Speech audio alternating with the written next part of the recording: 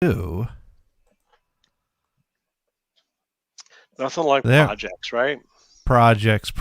It's what keeps me going, and I've got a new project coming up, and we're going to talk all about that and more as soon as we do this little thing here, because it's once again time for everyone's favorite internet radio show. Insert title here. The show that changes names so frequently, we put a placeholder in, and it's funny.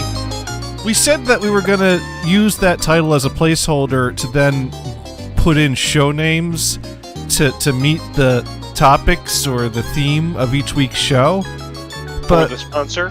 but we never have themes, and well, like I think your idea was to have people drop in, catch up with us, and then leave, and like, you know, kind of a catch up with people, but that never happened. Every now and then Dune does that, but Well, we got Mars in. yeah, Mars is good for the pop in, catch up with us, and then disappear when we're not paying attention. He's very good at that, and he has a implied long-standing invitation to do that as he pleases. And Twitch has is getting to be paid by Jack in a Box. Jack in the Box? For us to do the show. Yeah, that was the advertiser. Jack in the Box is the advertiser in here. Now I'm bringing up a mine, and I am getting no advertisement.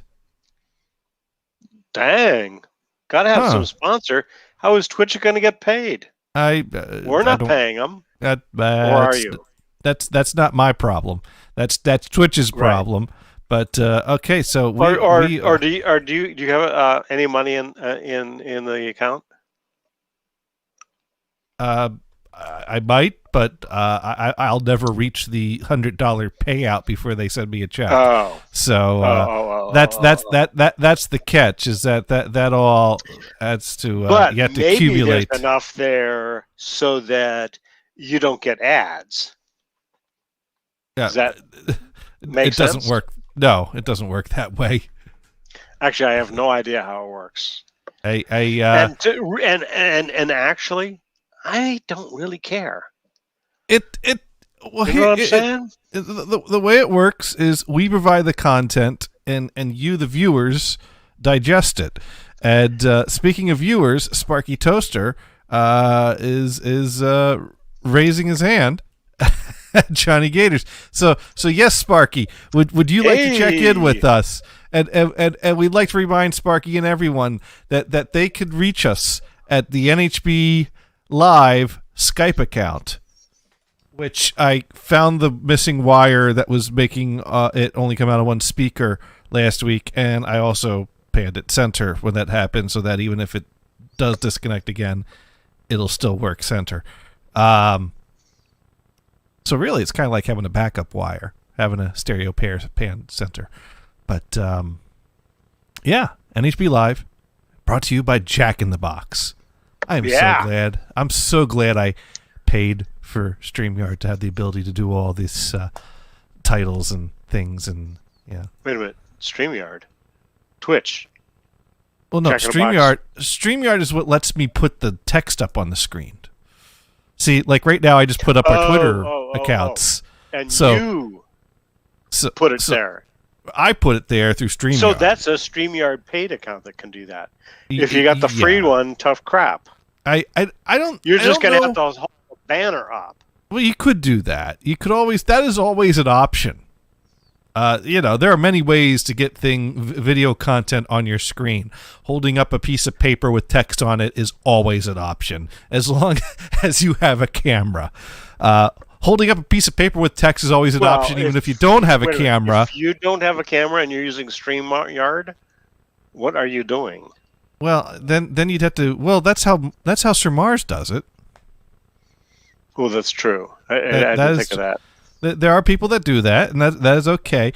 Now, that is not nearly as bad as joining an audio chat room without a microphone. which Addy was famous for doing at every staff meeting. And you would think that the rule would be, if you don't join with a microphone, you don't get to contribute to the meeting. And Addy proved that that was absolutely not true by pissing off Damon by typing text all the time that Damon would then have to read out loud in the room. And you know the way Addy works. The more you bitch about something to him, the more he does it. He probably very well would have bought a microphone after the first or second meeting if no one ever complained about it. But because Damon kept getting pissed off that he had to read Addy's text every time, Addy made a point to never join a staff meeting with a microphone. And so what was the text method he was using? Was he using like AIM or something like that? No, we were using Ventrilo back in the day, and Ventrilo would be an audio chat room, but it would also, it was like Team Talk. You know how Team Talk had that text box that we could type text chat back and forth, and while also conversing with each other. Yeah, it was very much like that. So, I mean, everyone could read the text, but, Damon would stop and read the text and then reply to it, and he felt that was, slowing down the flow of the meeting. See, what they needed to have is a text-to-speech capability. Right. So you click on this thing, and it would read that for you. Well, half the people in the room had that. It was called JAWS. See, what was the problem? That was the screen reader because they're blind and can't read the screen. Well, exactly. Unless Damon, although Damon also has his little braille reader thing that pops up bumps that he would use at times as well. So I don't know which method he was using to read Addy's text. Either way, where did he get the bumps? No, there was this bar that he had that was plugged into the computer. I don't know if it was USB device or what, but it basically had, basically the Braille system. I didn't know that kind of thing exists. Of course, then again, yeah, he would sighted, so he would focus it on a window, and it would raise a line as much as it could with the number of spaces that the thing had. It raised the bump, so it gave him Braille to read, and I guess he probably had keyboard shortcuts or whatever to advance as it went on, so that he had the option to use JAWS to read the text to him in a very fast speech that no sighted person could understand. So it was called JAWS. JAWS. It's a licensed software. No, that's an interesting name. It would be called JAWS. Yeah. Sparky just writing in. Bro, I can't type today. We were bro to you by Jack in the Box. Or yeah, brow. Bro. Yeah, brow. Brow to you by Jack in the Box. I like bro better. OX64 writing in 4,000 computer system, and they somehow just don't have a microphone. Well, the thing is that Addy's streaming equipment was in the basement, and that was where his setup was. But joining a staff meeting, he joined from like a laptop on the couch with his earbuds or his headphones in. He didn't want to walk down the stairs into the basement and turn the power switch on and all that to fire up his equipment just for a staff meeting. So yeah, essentially. Now why would he turn his equipment off? Because when you're done in the basement, you power down, you go upstairs. Oh, okay. So a $4,000 laptop that just didn't have a mic. I don't know. Built-in laptop mics are pretty shitty, especially when we're dealing with 20 years ago. Sure. At this point. Back when laptops came without mics and without it probably had cameras. a built-in. It probably had a built-in mic, and it was probably crap. And also, it pissed off Damon to just not turn it on. Right. And if you're going to give me shit, I'm going to keep doing it. OX64 running in built-in mics are still shitty. Now they're shitty by streaming standards, but to get business done and have a conference call, they're adequate. I do have to say that sit in front of a laptop, have a video conference call. Technology has reached a certain level of functionality that is a huge improvement to 20 years ago. Let's see. Not stopping those people from using them on Zoom meetings. Right. Well, Zoom automatically turns on the noise canceling feature, which fucks with my setup. But I understand why they automatically have that turned on. That's also what helps with the shitty microphones. But anyways, yeah. I'm going to turn off my spelling error.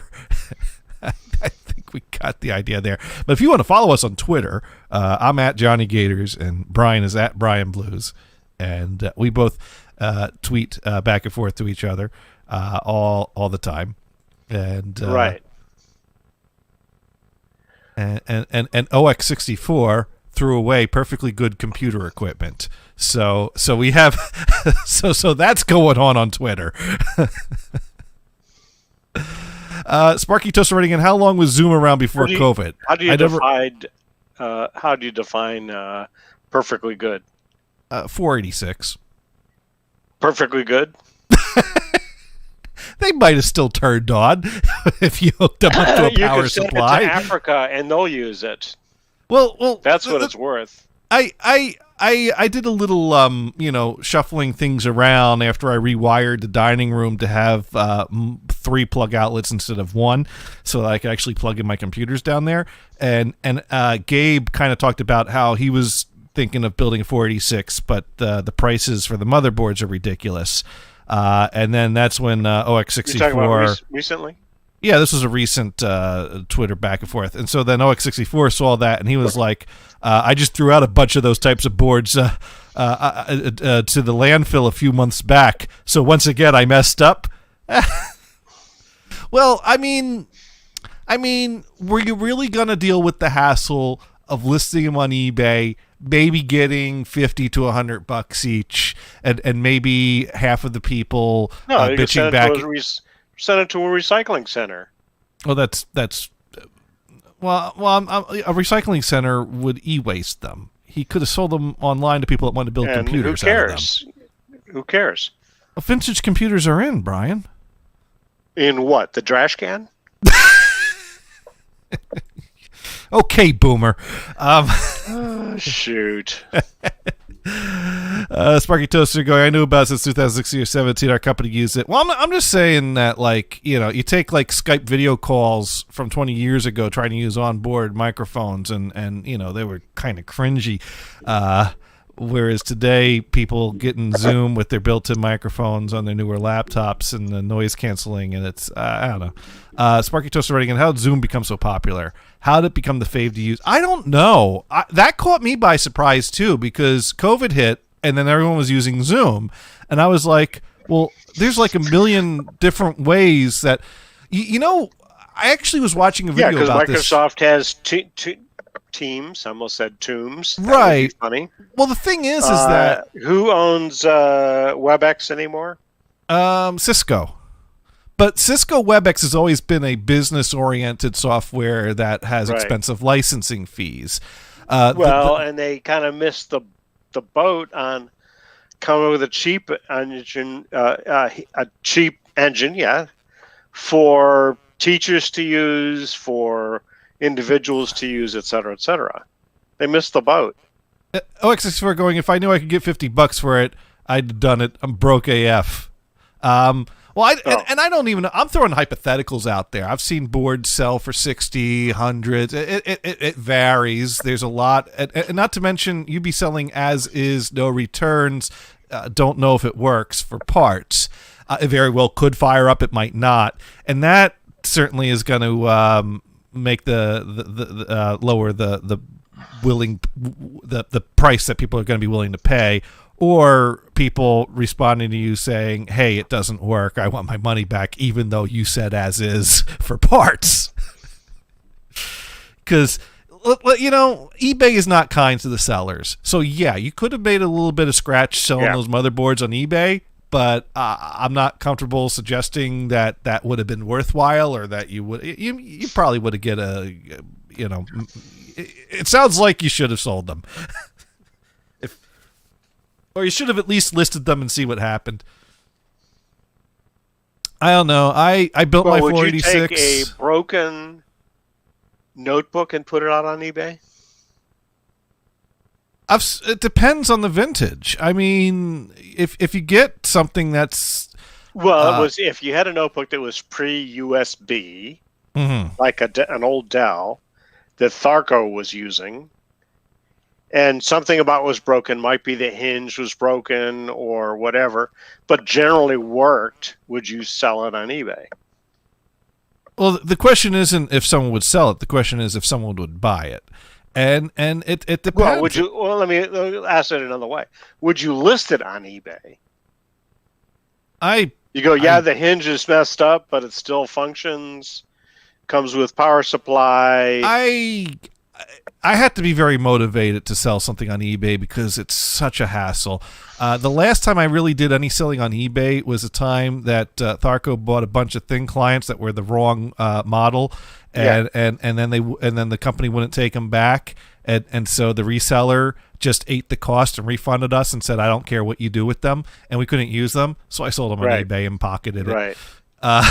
Actually, there was this article a couple weeks ago about Amazon returns, how much that they get back and they just throw away. It's an astounding number of how much they throw away. Now, I attempted to return this. Was it this one? No, it was this other. There was an adapter that I bought for $10.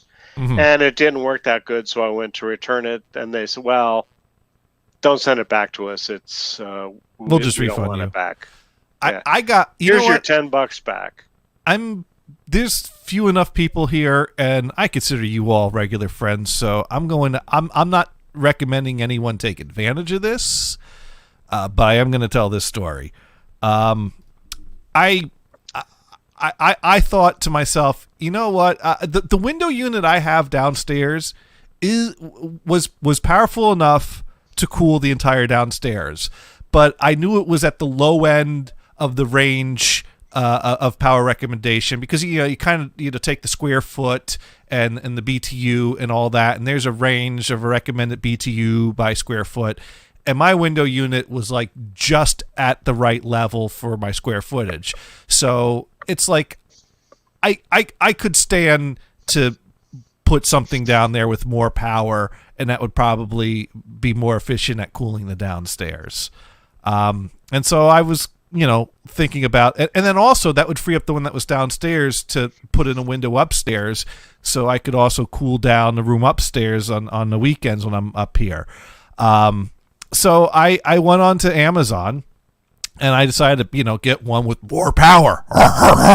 And I looked at a picture of it. And speaking of pictures, we got pictures being sent over the internet live from Maine. Hello. You still want a bag of crap? I still want a bag of crap. I always like a bag of crap. Well, here's how you can get some cool crap. So I ordered this $500 big-ass window air conditioning unit from Amazon, thinking more power, and I look at the picture of it and go, yeah, that'll fit in my window. And this huge monstrosity arrives on my side steps. And Kristen looks at it, nudges it a little bit. It comes inside and says, "There's a package for you," and I'm not bringing it in. I'm not even trying. So I kind of did a little bit of clunk, and worked it into the house and opened up the box around it and kind of tipped it off of the box and kind of did the little and I out on the floor there and I'm like, how am I lifting that? And it was the type of thing that you had to take it apart and then put the shell into the window, and then you had to drill holes into your wall and screw it into the wall, and the ledge where it needed to screw in, the windowsill was in the way, So I'd have to like put like wood bracing in, and I would have needed to probably borrow Dune's scaffold to get this air conditioning unit in. Not to mention I would then also need to jack the thing up to get it to slide in at the end. So I decided I made a huge mistake, and so I put it all back together. I packed it back up in the box. I called up Amazon. I said, yeah, about this $500 air conditioner, I changed my mind. I want to return it. Can you come collect it? And their first answer was no. We can't do that. And I'm like, I just bought it and it doesn't fit my window. I can't do anything with it. And then they said, oh, you're Prime, right? Well, tell you what we'll do. We'll refund you, and you get rid of it. And so I still have a big ass window air conditioning unit that I will never use in my basement because I don't know how to get rid of it. But I was amazed and shocked that they just completely wrote off a $500 air conditioning unit like that.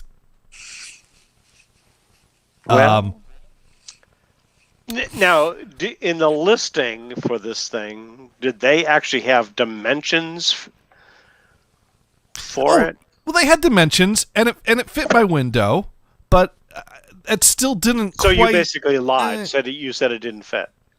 Well, I didn't say it didn't. Well, it didn't fit in the sense that it didn't fit the ledge that I could screw it in. There was some fitting issues that were not dimension related.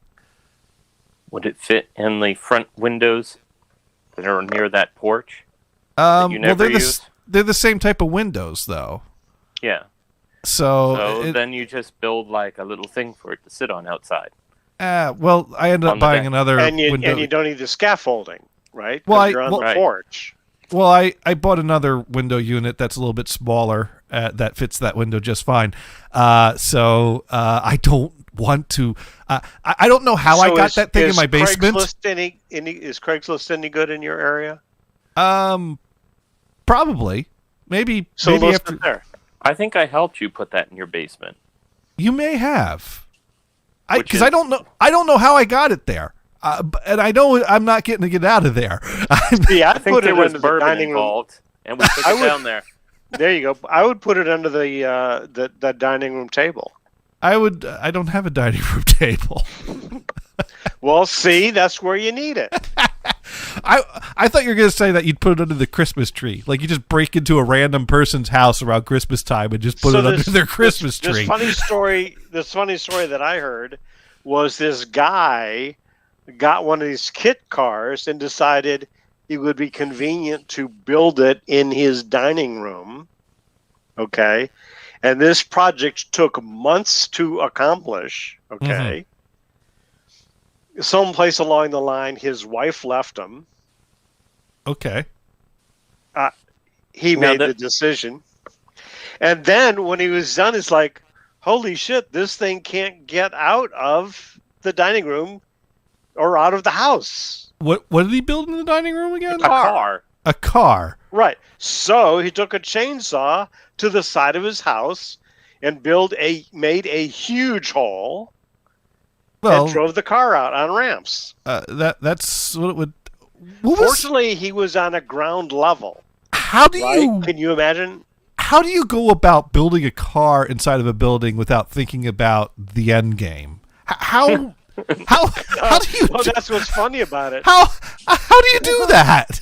It's not like I ordered a car without a garage and they delivered it on my front steps. Maybe or you have a garage door and you put in the lift kit and you realize afterwards the vehicle's 1 inch too high or something. Oh, that was great. That was great. He let the air out of the tires. Yeah, right. He probably thought that he would build it so far and then he would move the pieces and parts out at a certain level. But I think he decided it's so nice to be building a car in a warm house that he just kind of continued doing it. I would think that at some point before, you tighten the last lug nut, you would figure out, wait a minute, I think I'm forgetting something here. Well, he needs one of those transforming folding cars. Right. Maybe if I turn on its side. Maybe his next project is a home renovation. Well, if it was after you use that is his neck. That was his. Yeah, I would call sawing a big hole in the wall so that you could get the car out. Step one of home renovating. Clearly, he's done some renovating. Right. And then after this, there was this big discussion on, when you get that new tool, you've got to use it for everything. Mm-hmm. There's a good suggestion that you might not want to get a chainsaw because you'll use it to shave your beard, for example. Well, I got to say, or trim your beard, or I've not done your car with the chainsaw. I've not done that, but I will say that I am getting more use out of my reciprocating saw these days because it cuts ceilings better than hole saws. They also make attachments for dildos for that. Dang. I don't have the right equipment for that. I'm just. How does that help me? So Gothard, he just told us that he lost his equipment. I'm not sure what that means. I don't have an innie. I have an Audi. Is what I'm saying. I didn't say I lost my equipment. I said I don't have the proper equipment. I was just theoretically suggesting. And speaking of reciprocating saws, we have Mars on the line. Hey, Mars. Hi. I don't know if my saw reciprocates, but it might. I guess I guess that wouldn't be a true reciprocating saw, as it really does give as good as it gets. So you know how to get a car out of a house? How? A sledgehammer? Yeah, that would do. That would work. Either on the car or the door. Right. The area. Well, in this case, it was a window. Okay, windows work. Windows a good starting point. Messier, but that's fine. You don't need just push it right. Yeah. OX64 writing in. Wish I lived nearby. I'd probably buy it. Figure out some way to make it work if it's a bigger unit. Oh, it's you won't want a bigger unit than this. And being that Amazon wrote it off with telling me to either discard it or donate it. I would just say, come and take it. It's yours. Gators? I'll leave it out the end of the driveway for you. Unit away randomly, Gators. Dude, you know how hard it is to throw away Freon? If someone will take it away for free, they can have it. Sure, it's functional, it's brand new, and it's got value right now. But if I say free air conditioning and that disappears, I'm happy because I paid nothing for it, and it's just taking up space in my basement.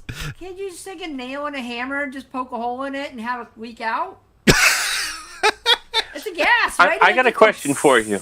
What? Would you like a smaller air conditioning unit that's used that you could use somewhere else in your house? No, I got 4 window units, 3 of which I use, one of which is the one I'm talking about that I want to get rid of. I don't need more. I'm all covered. I'm all set. But I appreciate the thought. Thank you. Because I'll trade you for a small one for the gargantuan one. Oh wow, that's a good trade.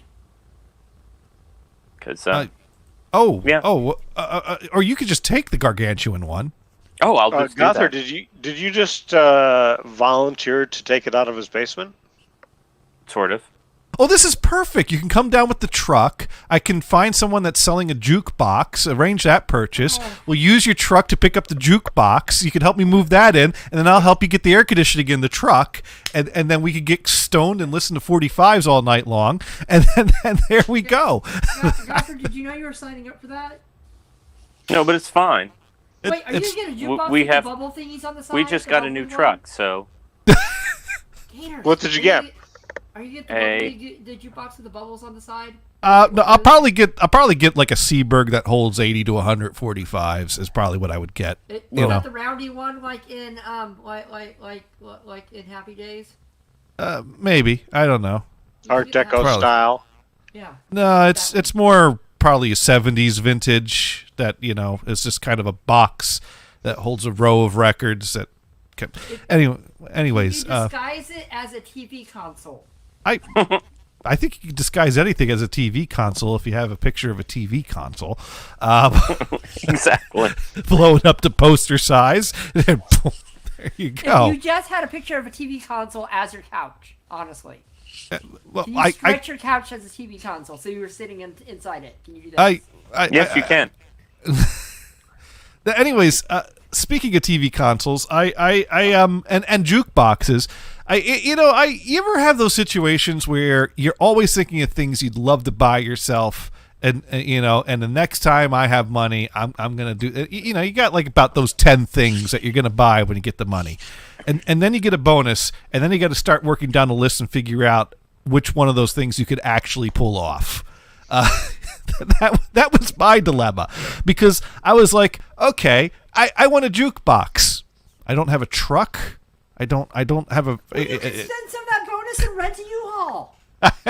I don't have easy access to friends that could just come down and help me move it. I mean, with COVID still kind of going on, so maybe I'll hold off on that. Okay, I'd like to get my Marantz 4400 refurbished. It'd be a pain in the ass to box that thing up and ship it to New York. Okay, maybe I'll build a new computer. I actually went to Newegg.com and started shopping for parts for a new computer, because I haven't built a computer since 2015 when I bought a new motherboard. Your ass rock. 2013 was when I bought the ASRock, and in 2015 I replaced the ASRock with a Gigabyte motherboard and kept the AMD Black Edition. Yeah, so it's been 2015 since I've done a new build, and I've still got the same processor from 2013, which is an 8-core AMD FX80 350 Black Edition. Oh, you Ryzen?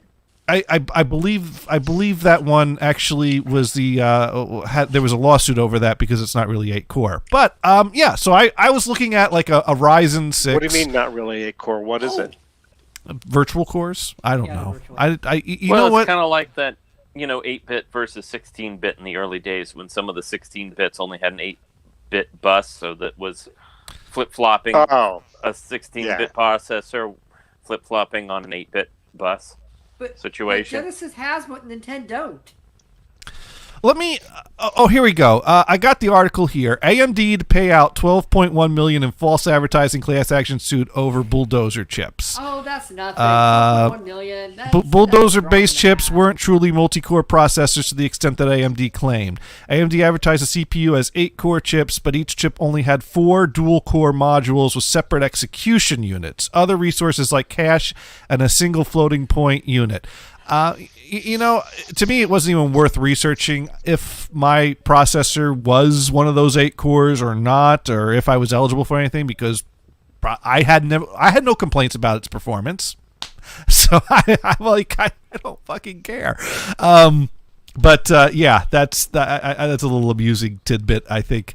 I went to Newegg. I loaded up like $900 worth of parts in my cart to do a new build. I was actually going to buy a Gigabyte X570 motherboard. I was going to buy 2 sticks of 32 gigs each RAM to start with 64 gigs of RAM. I could pop another 2 sticks in later to bring it up to 128. M2 solid state drive. Since the motherboard has slots for that, and a AMD Ryzen 7 3800X Matisse 8-core 3.9 gigahertz socket AM4 processor. Wow. Yeah. Well, if you're gonna build it, build it. I always build I find that sweet spot underneath top of the line where the price drops and it's like good bang, good buck. You should get the Ryzen 7.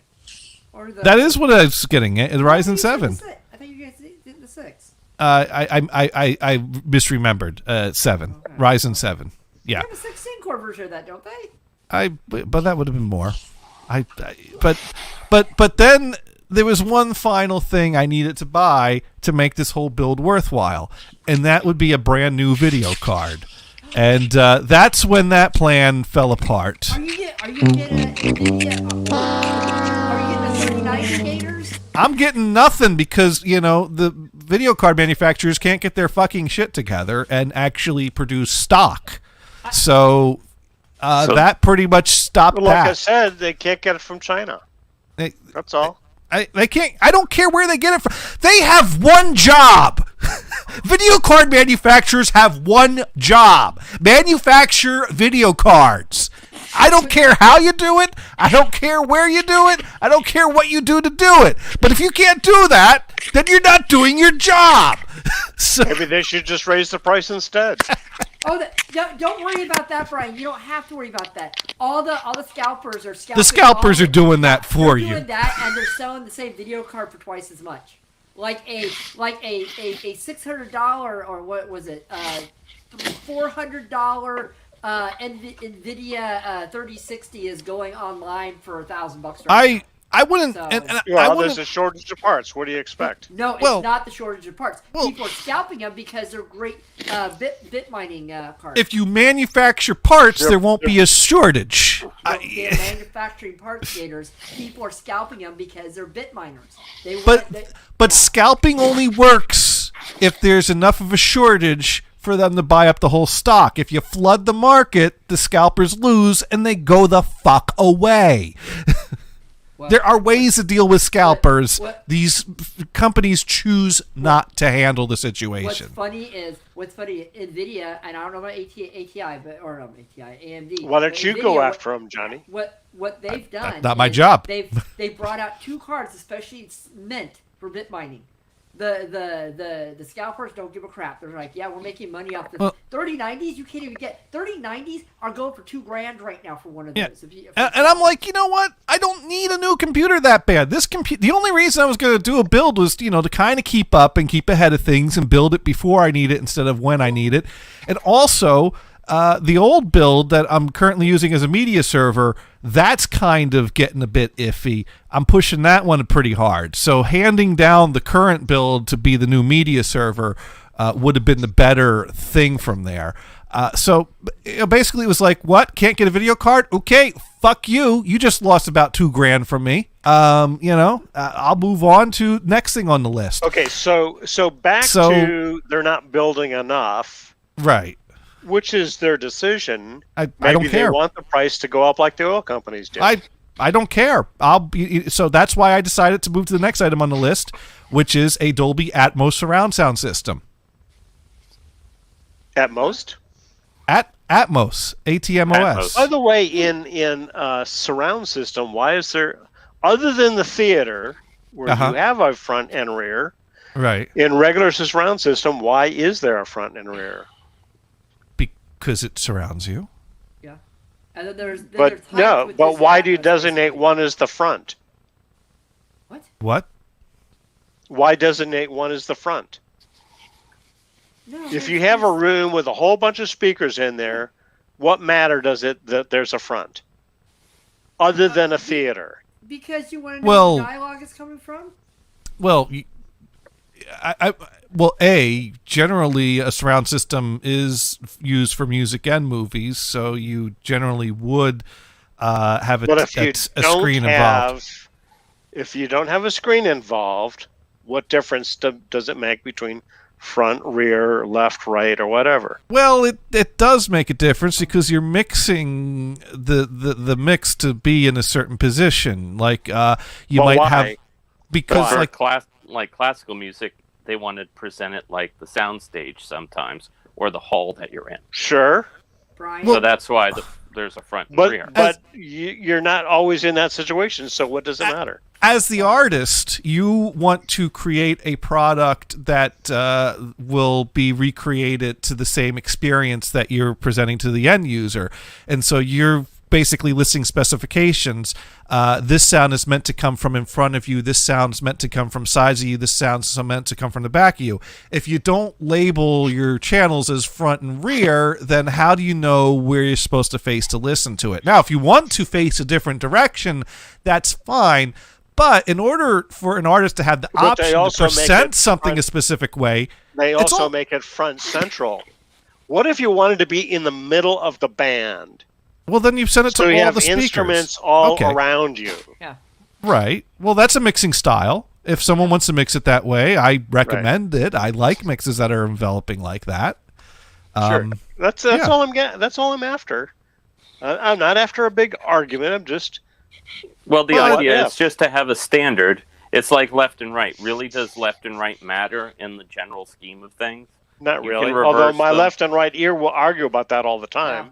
Yeah, but Yeah, God but gave if us you're 2 years listening for a to reason, something sir. in the Yeah. background, it doesn't I just matter. did that, and it doesn't matter. Yeah. Can you imagine if you had 3 ears? The argument that you get from that. Well, yeah, the 3rd year is for center channel. No. See, this It's is where for Dolby. That's what you say. It's for Atmos. The third here goes on the top of your head so that you can get it's the for height. I see. It's for height. I see 'Cause- how it is. Here's what I bought. I bought Polk speakers, and Nice. and I love bought those. I They're I so bought right. I bought 4 round in ceiling speakers for my 4 height channels. I bought 2 in wall speakers for my See, front he's covering channels. the holes in the ceiling. That's a Ac- perfect reason. Actually, no. I bought 3 front speak, 2 a left right pair front So these and are a speakers. center These are, front and these wall. are raw speaker cones without a cabinet. Well, no, they're speaker grills and with crossovers and without a cabinet that mount into Well, that's what I mean. No walls. cabinet. Right, No cabinet, just a baffle with speakers on it. right. And, Right. and I bought 2 bookshelf speakers for my surrounds because I don't have walls there. Now, that do you I have could them on a embed things. bookshelf? I don't have. I'm gonna have to mount them to walls or posts or You can get things. I'll stands. figure. You can get those metal stands. Well, as Well, the stands you're- would always be getting kicked over where they would go. But Johnny, then you're Oh. using them wrong. What do you mean? If you don't have a bookshelf, a bookshelf speaker is for a bookshelf. Doing I'm just writing being in. argumentative. Yeah, and I'm just choosing not to go there. Yeah, So 5 I hit know. Dune writes in, don't be flipping right left on me. That would totally jack up my Boz hi-hats. There you go. There you go. Gators. It's in the wrong side. What you need to do, Gators, rip up the carpet right where the stands are, and you put some 50-ton epoxy on it. It won't get knocked over again. Yeah, you don't have cats. Oh, the cats will love it. They'll get well. They might get stuck to the epoxy. You know what? You'll always know where your cats are. Yeah, well, the problem is if I rip up carpet, I might find the spot of the floor where I don't have floor. Every now and then when I walk across Wait, Gators, why do you not have a floor? That is imperative. Ceiling? Okay, I understand. Have you Floor not is heard very- the stories about this house over the time I've lived here?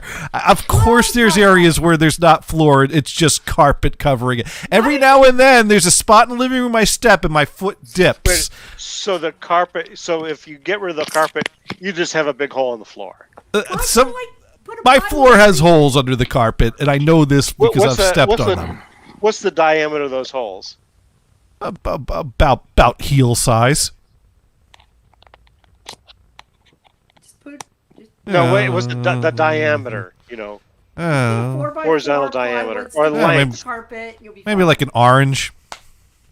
Orange? Oh, so like 4 inches around. Yeah, we'll say about that. Yeah. Okay, and how deep does it plunge when your foot He goes hasn't through figured it? that out, I bet. Well, I haven't lifted up the carpet to figure that point out. I just know. I just that know carpet is saving you from. that carpet putting your- sags when I step on it because there ain't wood under that spot. You know what you could tie a lead rope to one of your cats Where is and this? drop it down the little hole. Okay, now when you hit the There's a ground. few spots in the living room that are like that. There's at least one. I could show you next time you're here. Oh. So at some point you have a flooring project. No, the next owners of this house has a flooring project. I have a ceiling project. What happens if you go, okay, I'm never going to be able to sell this house with this shitty carpet. I need to replace it. Oh, you could just replace it with that floating floor stuff. I'll just rent a carpet cleaner. No, I would put in the floating floor because then it would gross. cover up the holes and you wouldn't sink it. Why? You know what? I don't understand putting money into new stuff in a house before selling it when if you sell it with the old stuff, You could go, here's an opportunity for you to pick the carpet you want to put in here. Because people can't envision it that way. They want it. They want to move in. They don't want to pay. I agree with Gothard exactly. Well, that's a balance. What I would do, and that's a balancing act thing. I think if the carpet's cleanable, I would talk to a good realtor that knows what the fuck they're talking about. And so you would ask, if I put $1,000 into new carpeting here, how much would it do to the sale or whatever? See, and I would, because if you got an extra $5,000 out of it, it would be totally worth it, assuming the price was $1,000. That would be a realtor question. My thought is that if the carpet's not damaged and you get a good cleaning on it and you dress the room up with some furniture, new carpet versus existing clean carpet probably isn't going to make a world of difference unless you got. There was this house that I looked at that the carpet was brand new and it was peach colored. You know, it makes you want to puke. The walls were also peach colored, and they painted the ceiling peach color. We had a good laugh and walked away. Oh, how were the dimensions of the room? There was nothing else about the house that we really cared for. Well, okay. Then you probably wouldn't have liked it if it wasn't peach anyways. That's possible. Then, you know. Now, but now also, I got to say, here's the other thing peach that was walls really, I could deal with. It's the peach ceiling where you lost me. Well, and here's the other thing. You know, so you open the front door and you go in, there's a long hallway to the main house, right? Okay. You know, it was a good 20 feet long. And it was lined with bunnies. Bunnies! Yeah, how cute. This is perfect, Why Brian. are you showing me your bunny collection? But why not? Yeah, right.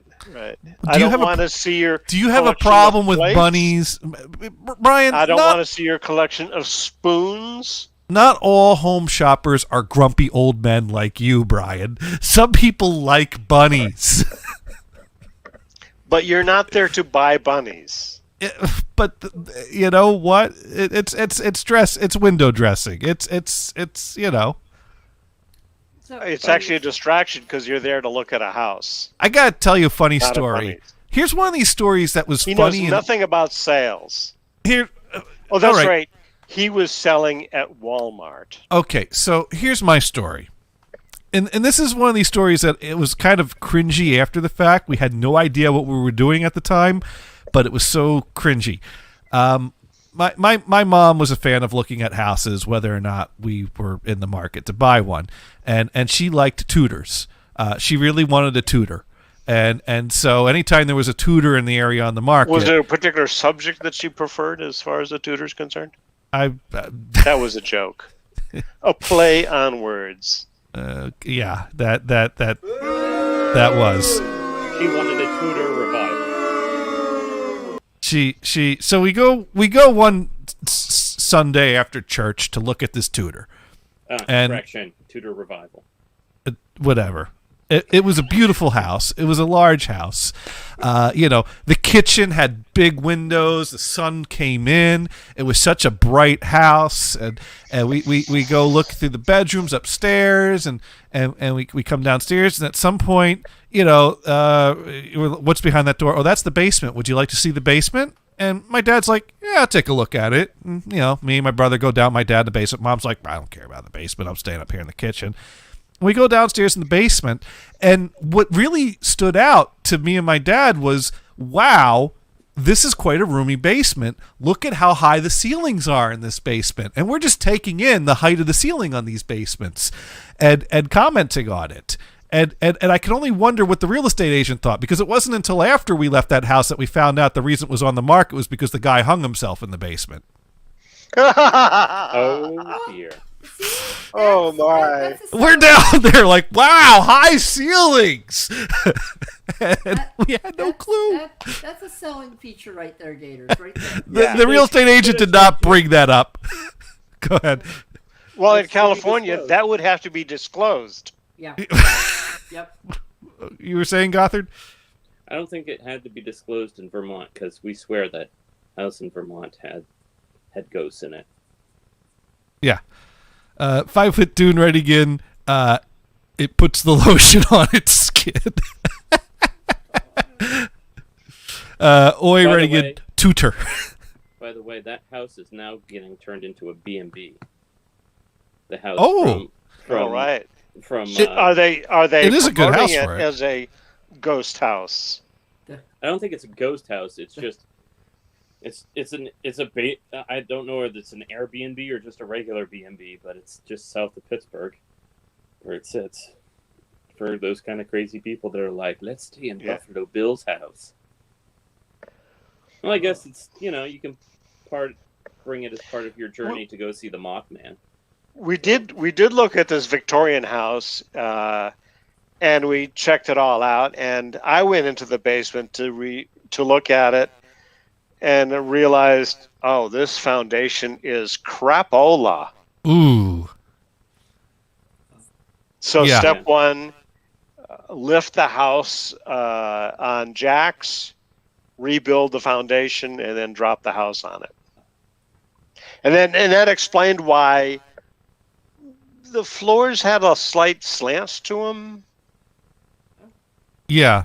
Oi, right again. There aren't basements in California, except in Pasadena and other really old cities. So I guess in California, you got to hang yourself in your garage. Right. Well, and this basement actually was fairly low. Yeah, in California, it was odd to have a basement. Yeah. But that was interesting because particularly this was Pacific Grove, and often they would build house directly on the sand, and there was no foundation whatsoever. Mm. If you build a basement in California, it becomes a really big swimming pool. Our water yes, level is very indoor swimming pool. Yes. So I think this was high enough. And this place was high enough where you could have a basement, at least in theory, and it wasn't a high basement. It was high enough that you could have a first floor. Yeah, and you could walk without ducking, so it wasn't a crawl space. I mean, it was an honest-to-goodness basement. But yeah, it just revealed this shitty foundation, and there would be a stone wall on one side, and you could see light coming through it. You kind of go, oh, so you could easily have rats in your basement. Oh yeah, that's always good. Well, I was looking at a few houses in Brockton before I found this house here. And in Brockton, they have a lot of these split-level houses that they're kind of small. They have 3 small bedrooms, and basically like you walk in, you walk up a few steps, you walk in, and like the left side of that level is kitchen, and the right side is either living room or eatery or however you arrange it. And you go up, a half a flight of stairs, and the back half would be 3 bedrooms in the basement. But if you go down from there, you kind of got your back half under there. That's kind of a basement level that will usually have some kind of a storage room or a lounge room or something like that. So a lot of people will make like the upstairs to the right of the kitchen your dining room eatery area, and the downstairs more your lounge living room hangout. And I saw 2 of these. The first one was kind of blah. But it had an in-ground pool, and it was a foreclosure, and so it was a good opportunity to buy a house that came with a free pool. But I don't know much about in-ground pool maintenance and what that would cost me. Insurance on said pool without fencing. Yeah, that's the thing. Is like if your pool's not fenced in because of so many kids, drowning in the neighbor's pool over the years, it's made the insurance rates go through the roof. Right. That sort of thing. And you have to have a spring on your gate so it automatically closes in most areas. So I was, that made me a little skittish, not to mention the house wasn't that great. It needed some work. Was this in Massachusetts? Yeah. And then the other one what needed a new kitchen, but it had a great shagadelic 70s basement with bar and shag carpet and a fireplace, and it was just straight out of the 70s, like a mirror tile wall behind the bar. Oh, it was beautiful. Absolutely beautiful. That was, of course, you could see the cracks in the foundation from the 2 huge pine trees that were growing right next to the house. So the trees would need to be removed and the foundation would need to be patched. But man, for that bar, I was seriously considering it for a moment. When I was in Houston, I had a pool. Of course, then again, it's as hot as hell, and you kind of go, I got to get in the pool. Now, Dune wants to know, is that a box of worms behind Brian? It's some tentacles. Well, there's definitely tentacles. That's the Kraken. That's the Kraken? That's the Kraken. Yeah, we got to get Kraken. Release the Kraken. So. Exactly. So anyways, like I said. And actually, as a feature of the game, it's not that useful. No onesie ninja, or noisy ninja. No onesie. I remember reading about a couple making porn for the ninja, I'm sorry. having trouble selling their house. Guess that's a disclosure thing too. House for sale, low ceilings, but some sticky surfaces here and there. A little Clorox cleanup will get that right out. Or some Goo Gone. Oi writing in, that's a Playboy Mansion grotto after it got sold off. Right. It was a what? Gross. Yeah. Well, apparently, okay, so you got to disclose if someone hung themselves in the basement. You got to disclose if the place was used for porn, but you don't have to disclose the knob and tube wiring in the attic, apparently. Wait, do you have to disclose if it's used for porn? Does it say that? I don't. Well, that's what Noisy Ninja was suggesting. Oh, okay. Even for fans only kind of porn. Oh, God. You know what? That's if you hypothetically cyber with someone over Skype in your room, that is kind of a one-on-one porn type of situation, and you don't have to disclose that. So what's the difference if it's one person or 500? And what's the difference if it's available on demand? And where do you draw the line? Gators, you don't have to disclose that, but they will find it on PornTube in about 3 years. So. I'm like that. Well, what if in that film they mentioned the address of the place? Then you're screwed. Oh, yeah. Why would you do that? That's how you get swatted. Yeah. Oh, man. Alexis, you're already do not have to disclose the big unused air conditioner hiding in the basement either. Just put a tarp over it and no one will know. Well, that's why I suggested it was a dining room table. Free AC. Central AC. It's in the center of the basement. Exactly. Can you put it in the hole in the floor, kind of patch it up? Does that work? No, that's what I'm gonna put another speaker there. It's what I'm Yeah, right. Is that from the floor speaker? It's coming from. It's or a light Atmos. or a light fixture. We'll put a light fixture there. Oh, right. On the ground? I put in the. I figured out what we're gonna do. We're gonna buy a sauna tube, like one of those big round sauna tubes that's a wide diameter. We'll put in like a 12 or 15-inch subwoofer in it, and have it shooting up. It's a double ported system with both ports going up and coming out to those holes. Well, there so you it's go. Like a tuned subwoofer system that's like the size of a water heater in your basement, but you don't see it. So when it comes on, you'll just hear it will be like a freight train just coming. So the hole in the middle of the living room is my subwoofer. Yes.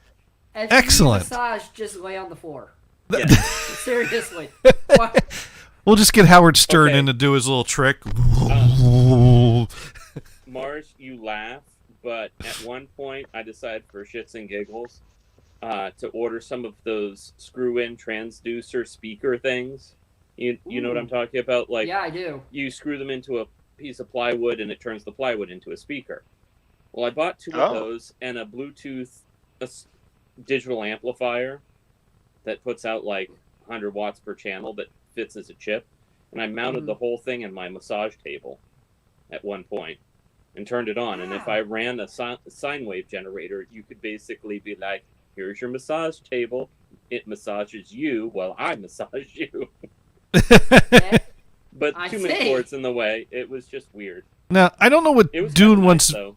I don't know what Dune wants video of, but Dune wants video of something over full of shit. It was also kind of cool that you could play like music on it, and it would vibrate the whole table, and so you didn't have to play it at a loud volume.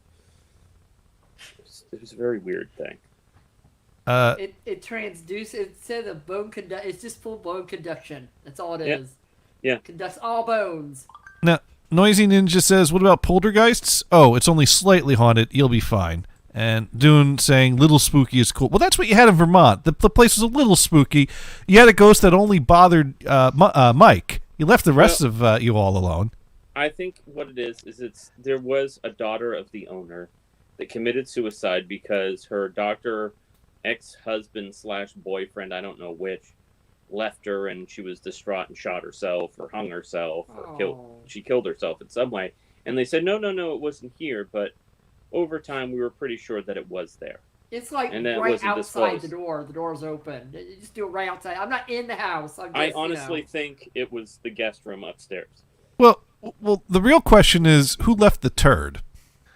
That was the previous renters, I'm pretty sure. Because, that's a great story. Because what was it? Was that the one that? No, Mike had the story about the other place with the wrapped gift. But so I'll let me back this up. So we get the house, and we're looking around it after we get it and have gotten the keys, and we find this little trash bucket outside underneath the deck, because there's a certain section of the deck you can just walk out underneath, and so we're like, and there's this piece of like blue board taped on top of it, like duct taped around, and we're like, the hell is this about?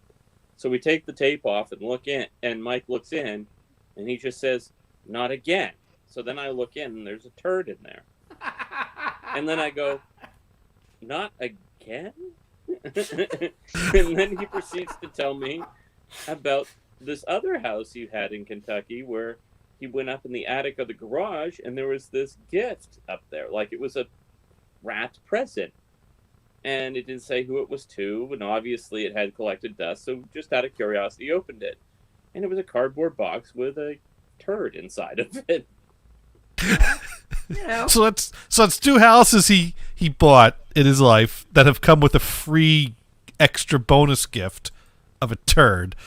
Now, if I've hit Dune saying, "Please don't let it be an upper decker." No. No upper deckers. Although technically one was in the attic, so that's pretty up. That's an upper deck, but it was the garage upper deck. It was an upper decker, but it was on the upper deck. But anyway, we're getting a lot of ewes from the peanut gallery over there. It was a shitty situation. Twice. Well, they're all self-contained. You just, walk it right out the front door to the trash can at the curb and drop it. That's all you have to do. Yes. Problem solved. At least they were both contained. Or with the present, you put it on top of the trash can and have a video camera out there to see how many people try to open it and see what it is. Well, you know, have to put it in an Amazon box with the Amazon tape on it, and just let it show up and leave it for a while. Oh, there you go. It's okay. Well, it's like, there's you all watch the videos of the guy that makes the glitter bombs, and then leaves them on people's. What's that? Did you watch Glitter Bomb 3.0? Oh yeah, that was one. It sprays like skunk spray, and then starts good. like counting down or playing like police radio sound effects, and they got cameras on like all around the whole thing. Oh, those are great videos. I highly recommend them. They are great. No, but what was I gonna say? I was gonna say something about something that stinks, but I forgot now. Upper deckers. No, not about upper deckers. What were we just talking about? Anyways, yeah. So boxes of turds. No, Mysteries I got boxes. Of real estate. So yeah, I'm putting in the Dolby Atmos. I'm putting in the Dolby Atmos. I'm mounting speakers in the ceiling. I'm mounting speakers in the. Are you doing 11.4? Are you doing 11.1 or 11.4? What are you doing? No, I'm doing 5.1.4. So that would be 9 speakers and a subwoofer. That's all? Well, it's a 9.1 amp that was in my price range, and the room's not big enough to justify a 7.1.4. Really? It only supports one sub? Well, I could put in more subs if I wanted to. That's rather easy to do. I mean, if you get powered subs, you basically just have to split that signal. Which amp did you get? I bought a Marantz this time around. Marantz? Okay. I'm pissed off at Denon, so I bought You didn't buy a Marantz. Macintosh? I can't afford that. Even with the family discount, I can't afford that. There you go. My aunt works for them. Hey, that's a plus. Man, she needs to pull up better discounts. She's slacking. Well, she can get things at cost, and but the thing about a Macintosh. Expensive. Tell her to do half off But that. well, Macintosh means that for what I paid for a receiver, I could probably get one of the lower end Macintosh preamps, and then I got to buy power amps to power it all. Which is good stuff. I'd love to have, but I'm just not at that. I'm not at that price point You can sell one of yet. your cars. They're not worth. I don't think it. You notice he's quiet about that. He's thinking about this now. I don't think a 2003 Ford Taurus wagon with high mileage is worth any piece of Macintosh equipment. I'm just saying. About $4,000 for it. I don't see that happening. Well, you can actually look up with the value. That's you easy. can like Blue Book. You can do it. Let's see. No one even uses those surround systems anymore. Just get an Atmos soundbar. No. I need the full. Mind you, I got the Abbey Road box set. That's got an Atmos mix. I got the most recent King Crimson 1969 with Atmos mix of In the Court of the Crimson King. I got the John Lennon collection that's got an Atmos mix.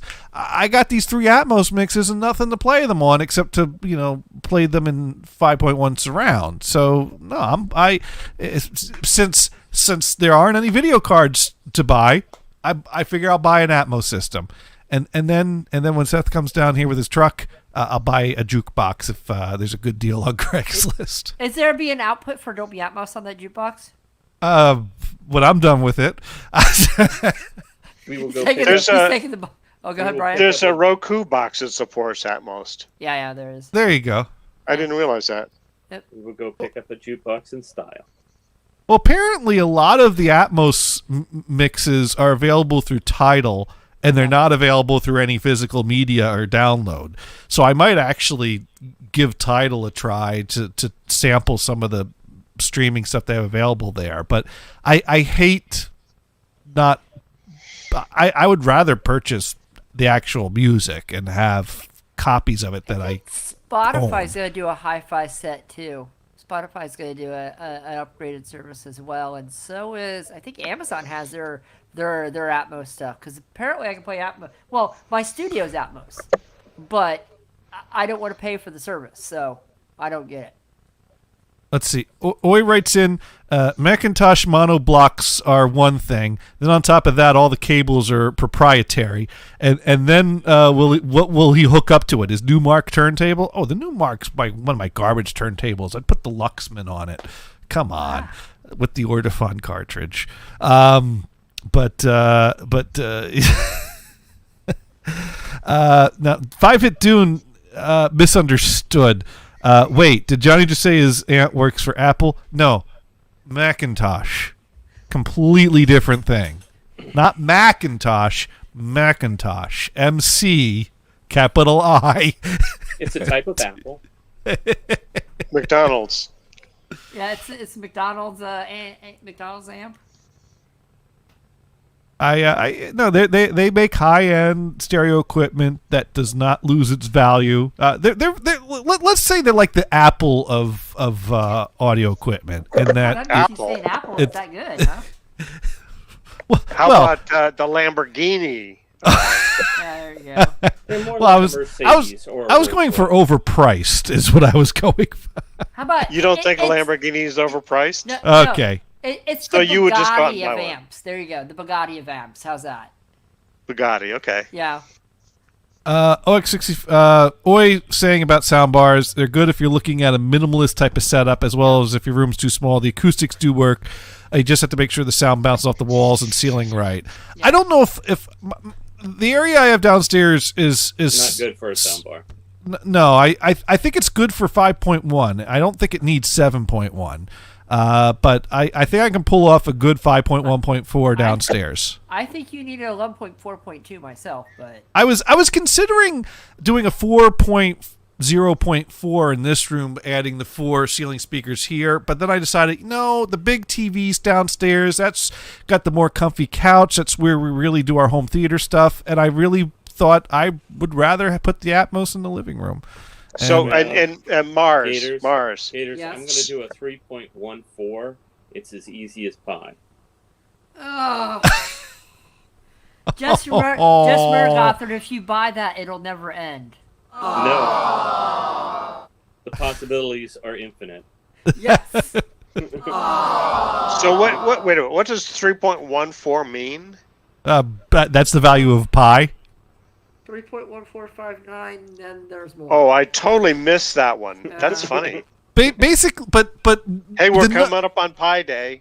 But the numbering scheme we've been talking about has to do with, like, we understand 5.1, 5 speakers around you, 0.1 subwoofer. Now, when you put a third value in for an Atmos system, that's how many speakers you're putting in your ceiling. So a 5.1.4 means I'm adding 4. You could do a 5.1.2 where you have 2 speakers in your ceiling. Does it support up to 128 speakers or something like that? Well, that might be in the professional or theater level, but in the home level, a lot of, we've been joking about cars. There are a lot of cars that'll have 9 speakers, 14 speakers, whatever, and they usually don't talk about the surround capability. It's usually, in fact, it's usually stereo where you can balance the front and rear. Well, or there's a pseudo surround mode. There's the HD. There's like the HD channels now, and they'll support it.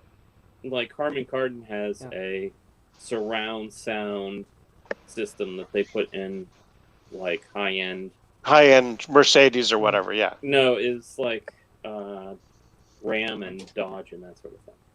Oh, by the way, so Mars, another car you could get would be an Ariel Atom, because then you'd also have Dune scaffolding. Oh, first of all, the Ariel Atom, there's nowhere to put a speaker. There's no. But you get a scaffolding. Yeah, you're sitting in the scaffolding. That's where you're sitting. Exactly. Oh my god. See, that's to throw everybody else surround off. sound receiver. Yeah, it's a 9.2 channel, so you could split that 9 to 5.x.4. Is it multi-room? Because I've never done that. I'm like, It is a 3-zone system. Yeah, I don't know if I want to do 3-zone with one amp though. Oh, I do that with what I got downstairs right now, actually, because I have the 3-zone system, zone 1 being the living room, zone 2 being a pair of speakers I put in the kitchen, and zone 3 goes to a splitter in the base. No, not the bathroom's right next to the kitchen, so that leads to... That was just... So at zone 3 goes let's to... show the back of it. Let's see all those jacks. You want to see Jack. There's Jack. There's there you go. You got all your speaker terminals down there. It's got 1, 2, 3, 4, 5, 6, 7 HDMI inputs and zone 2 monitor 2 output. 3 different types of outputs on there for HDMI. You got component video inputs, and I don't know why they still put composite inputs on receivers, but Even has you might have an old Wii gaming system. It's got a phono input. It's got a 7.1 RS-232. yes, it does. It's got it's got a ground connection for the turntable. It's got a hookup for an AM antenna loop. You got coaxial and optical digital inputs. And remote control in and out. There you go. They even include a composite video input for the Blu-ray player, because that is completely and totally practical and reasonable. Composite for Blu-ray. Yes. You at least want component. Why would you do? Are there Blu-ray players with composite? I don't think so, but I think they're all HDMI. If not, I have a Blu-ray player that has components. I think what it is they're all assignable, and that's the default. Right. For some reason, receivers have still held on to composite video connections being an option. No problem with that. Actually, I use my composite on my TV for my PlayStation, but you know. But does a Blu-ray player even have a composite video out anymore? Component, but it does have composite. So OX64 writing in, basically you can hook everything up to this unit, including the audio output from the new Mars rover for 20-dimension Martian sound. Yes! Exactly. And Oi saying very nice. The reason they do is because old people have outdated teeth. Like an old person's going to figure out how to hook this thing up. If you buy this and you hook it up to an outdated TV with a composite input, you're not doing it. You're doing something wrong. Yeah, but your old TV doesn't even have a composite signal, right? You know what? Actually, and that is something that makes these composite inputs useful because, yeah, I don't have a composite input on my TV downstairs. So if this will upscale the composite input to the HDMI output, this gives me an easy way to get composite video to my TV.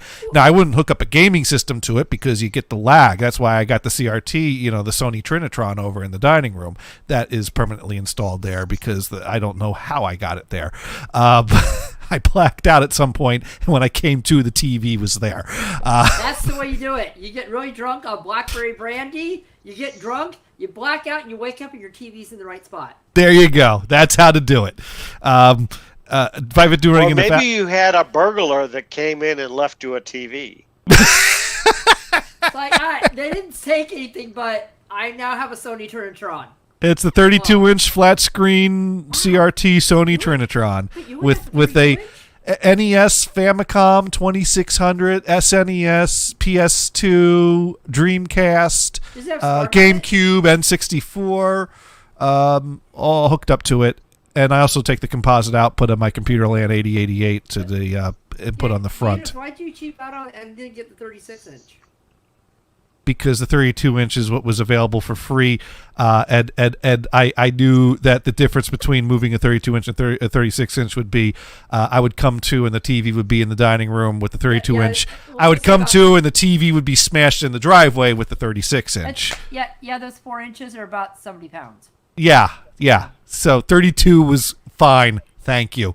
And that was what was being given away for free. It's 250 pounds for the 32-inch Sony Trinitron flat screen. Yeah, my mom had the 36. That thing's about 300 pounds. Yeah, no, it's 250 pounds. The 32-inch is about 170, all I know is I think. helped move that thing. I know. Pick one side up. 5-Bit Dune writing in, if Apple made that, it would have a power cord and a light to show it's on. Now, this takes a standard, like PC power cord over here, as you can see, so that's convenient. Not even grounded. Not grounded, but, anyways. I assure you here in California, there are these giant track home communities for seniors. When they die, the kids sell the house to someone else fully furnished. Those TVs, for sure, still have composite hookups. Right. And they're buying Marantz Dolby Atmos systems for them? Right. Before they buy a big giant flat screen? Of course, the old folks can't hear anymore, but that's okay. It's good for visitors. Oh, that's why they need all the speakers all around them. So that way they can lean into the nearest speaker. Hang on a second. Okay. OX64 rating, and I wish I could find some software to emulate 5.1 by feeding the additional channels of audio through virtual sound cards so I could use the other 3 outputs and speakers on my stereo. There might be things you can do. I mean, heck, getting a sound card that would output 5.1 from your computer and then getting a set of like Logitech speakers and would out be of all doable. Those outputs of speakers, the center channel is the only thing operating for most of the movie. Now, OX64 rating, I assume regular sound cards would never allow it. Sound cards with 3 1/8-inch stereo output jacks that would output to front, rear, center sub speaker systems is not that uncommon. I've had several. The last sound card I had did 5.1 something. It just did HDMI. So right. Although those cards were PCI cards, and these days it's hard to find a motherboard that has PCI slots. That's all PCI Express and USB.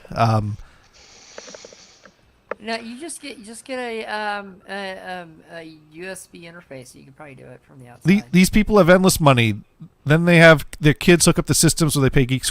I'm still a little baffled at we're on the current generation of receivers that still have composite, but we still have the old TV that uses the composite. At this point, we're at least five generations of receivers away from those TVs.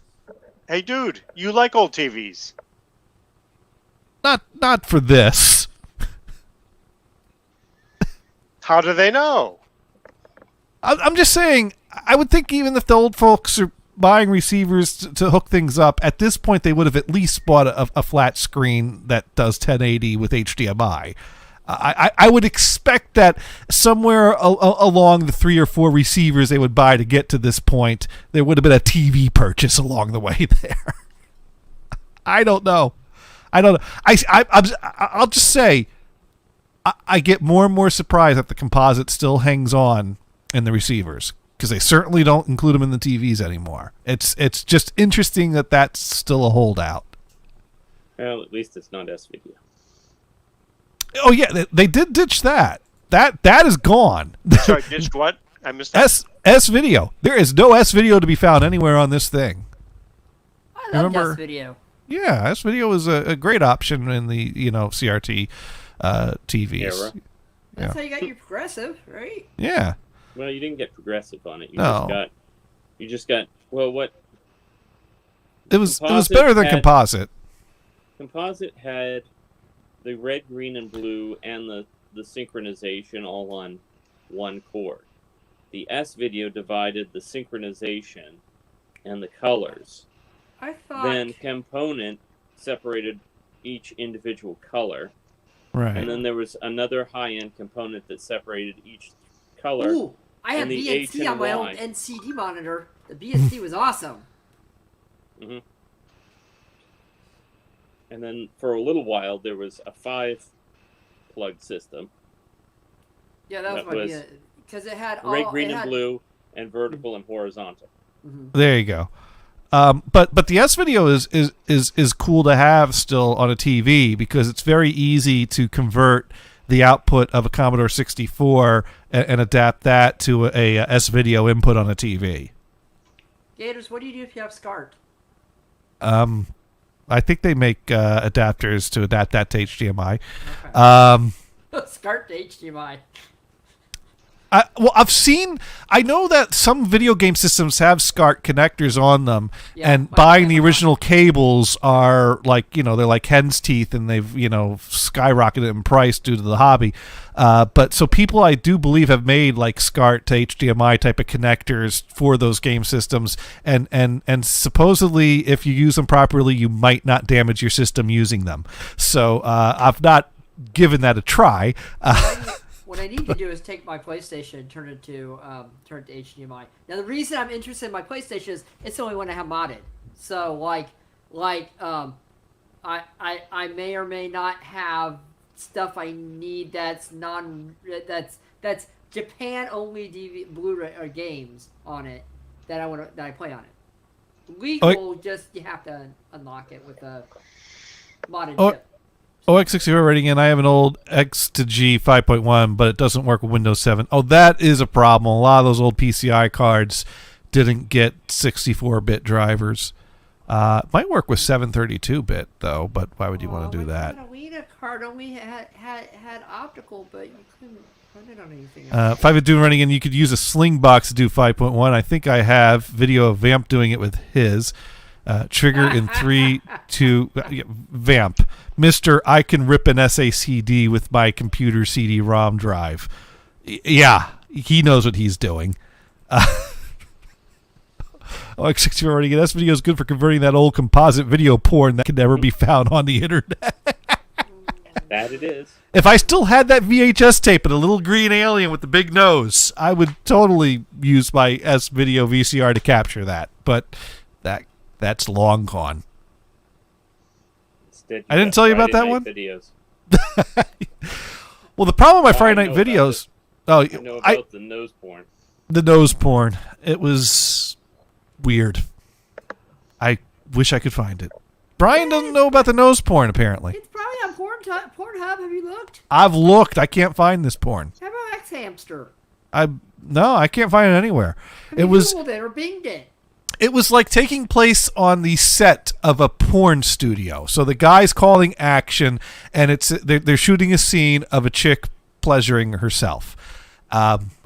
Like my little hand movements there as I say pleasuring herself to kind of. I'm blind. I can't see it that time. That's why I was describing it for Mars' pleasure. No, I can take my earphones off right here.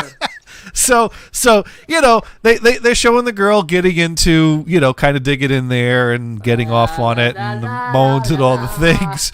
And every now and then they cut to the director who's, paying attention to make sure the camera angle is good. And at some point they cut to this UFO.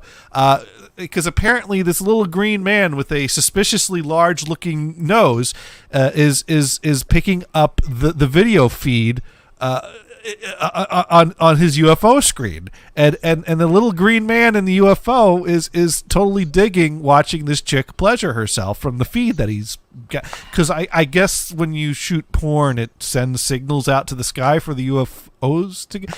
And the more he's getting into this, the more he starts. HBO special. Or Skinamax. Could have been. Skinamax going on or something. So of course the UFO starts zeroing in on the location. The alien's nose gets bigger as the alien gets more into this, until eventually the alien becomes a floating green penis. And at some point the floating green penis comes into the set. Now mind you, it's like a superimposed animated floating green penis on top of the video of the. Really? Yeah. And they actually did make it so that the floating animated green penis was penetrating the girl who's pleasuring herself. It was of course it would. And when I went away to college, I threw out all that stuff so that my parents would never find it. Wait, if you're going away to college, don't you just bring it with you? They're not going to find it if it's not on premises. My parents were driving me to college and going to help me unpack. I decided that I just would rather be done with it. Besides, I was going to get connected to the internet. What do I need VHS porn for now? I'm graduating from magazines and VHS tapes to the internet, so I threw it all out. When I carried the trash can down to the curb myself, watched the truck pick it up. If you just would have left it at the beach house, it would have been fine. Should have buried it in the backyard. It might have gotten found. Buried in the neighbor's backyard. The private dude saying, "Hey, wait! Did I just hear my innocent Mars say X Hamster?" Hey, I only learn by listening to on Sundays. That's the only reason I know this. Sundays are my influence. Excuse me. OX Experimenting, why do you think Elon... I'm watching you. Oh, wait, no. Why do you think Elon wants to go to Mars so bad? Oh, God. Imagine what that VHS tape would bring on eBay today. Vintage rare Martian porn. Oh, man. Like I said, I wish I stashed it away somewhere or hid it or somehow held on to it, but it just was. I was at a point in my life that I had no value or use for it. It was just that. Let's see, you've got this vintage TV. Yeah, that would work great with it, right? Oh yeah, that is what I bought that TV for. Oi, the drama says X Hamster hopefully goes away for good. Well, there's always RedTube. There's Pornhub. There's always Bing Video Search. Bing. Bing Video Search is better. Is pretty darn good. Bing, there is something wrong with Bing. Seriously. Bing Video Search is better than Google Video Search for finding. Stuff, by the way, I just know by what other. Hey, if you did a search for cat girls on Bing Video Search, it'd probably bring up a lot of stuff. I haven't. I would. You know what? I would guarantee you it would bring lots of stuff up. But, oh, X6 already again. You could have hid it in that huge air conditioner. Don't you look at that. It's the air conditioner treasure chest. Just empty everything out of it and close it up. No one will know. Oh, God. That's it. We're putting it in the window. We're turning it on. Why is there a bunch of VHS tape flying out of the vents? with green spooge sticking to it. Okay, that's. Ugh. Good times. The best though was, now mind you, it was a one of the mechanics I worked with at the garbage company that gave me the VHS tapes, because I was basically begging for VHS tapes of porn because all I had was magazines at that point. I'm like, damn it, I want to see some real porn. Can someone give me some VHS tapes? And so the guy brought in a bag of tapes, and then someone else took them when I wasn't looking. And I'm like pissed off. And so this other mechanic, guy named Pete, he goes, you want a porn video? All right, I got one for you. And he opens up a drawer in his tool chest. He goes, here you go. I was saving this for later. You could have it. Unlabeled videotape. I'm like, really? You just keep a porn in your toolbox? Like, I'm not going to leave it at home where my kids can find it. You know, here you go. Enjoy. Wipe it down with a Clorox wet wipe or something, just in case. Because you don't know what that thing has been. So I was like, okay, this is, and I had no reason to doubt him. He hadn't lied to me yet. But I was, like, oh, this is going to be great. I'm gonna go home after work. I'm gonna get home, and no one's gonna be home. So I'm gonna have the house all to myself. I'm gonna go up in my room with my VCR, my TV, close the door, pour some wine, and dim the lights, and it's just gonna be me and my videotape in the VCR. Wow. And he how to wine and dine. My precious. And I am set to go. And I close the door. I turn on the TV and the VCR, make sure the volume's not too loud, put the tape in, hit the play button. I get a little static, and the FBI copyright screen, and then this music comes in. Michelin presents You and Your Tires. And, and they have an FBI warning for that? That's copyrighted material right there. Right. So I was pissed. I go into work the next day. Pete's like, "Hey, how was that video? I'm like, "Fuck you, Pete." Fuck. It was like, it must have left you pretty tired there, huh? You probably had to retread your hand when you were done watching that, huh? Did you like the scene with the rim? Did you like the rims, huh? How was? He took that as an excuse to lay it really thick. Oh man, they got me good. I was so pissed. But then the other bag that disappeared resurfaced, and I brought those home, and that's where I found the alien porn. But not to be confused with Matt Edgecombe's alien porn soundtrack, but that's lost to time. I should message him and ask him if he still has that. Oh. You friends with him on Facebook? I'm friends with him on Facebook. He must have friended me. I don't know. I didn't get that. Yeah, some years back he friended me. We haven't talked, but, sent the friend request, I accepted it, and that's about that. He looks older. So do we. I'm sure he does. And we all do.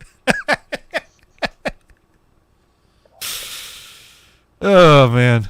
We due for a class reunion anytime soon? Well, this would be 20 years, wouldn't it? Where would you have your reunion? Yes, it would be. This would be our 20-year anniversary. This graduation anniversary in June. College. College, yeah. Graduation. So where would you have the reunion? I don't know. I think Gothard and I will just skip the reunion and go record shopping. Yeah. Go see what 80s Metal Roadie, see if 80s Metal Roadie's still working at the Record Connection. I will say there is a nice donut shop in Hershey these days. Oh, you've been there. Or if it's around Halloween, go to that haunted tree. Because when we went down to Kentucky 2 weeks ago, we stayed in Hershey because I figured it would be the off season and it would be they would have decent hotels that would actually be cleaned and stuff. Good opportunity to take a old visit to the Hershey Highway. I think we actually stayed in a hotel right on the Hershey Highway, just down from the factory.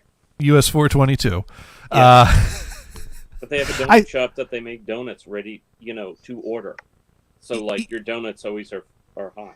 You know, cool. Hot, but out of curiosity, I did a little like street view of the main street there, where the houses that we had our dorms in senior year. Well, not you, but me and Jim and and it looks like a lot of those houses got acquired by businesses, and they have like storefronts there now.